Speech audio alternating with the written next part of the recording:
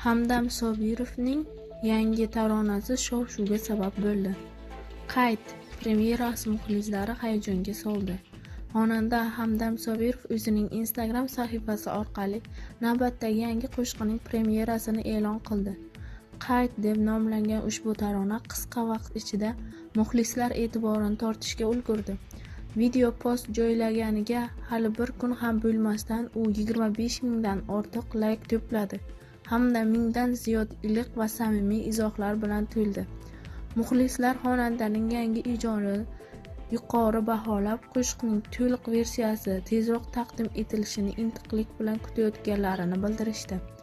Izohlarda Hamdam Sobirovning ovozi, qo'shiq ohangi va matni ko'pchilikka manzur bo'lgani alohida qayd etilgan.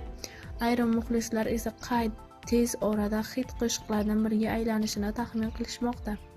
Xonandaning ushbu premyerasi ijtimoiy tarmoqlarda faol muhokamalarga sabab bo'lib, uning navbatdagi ijodiy ishiga bo'lgan qiziqish yanada oshganini ko'rsatdi.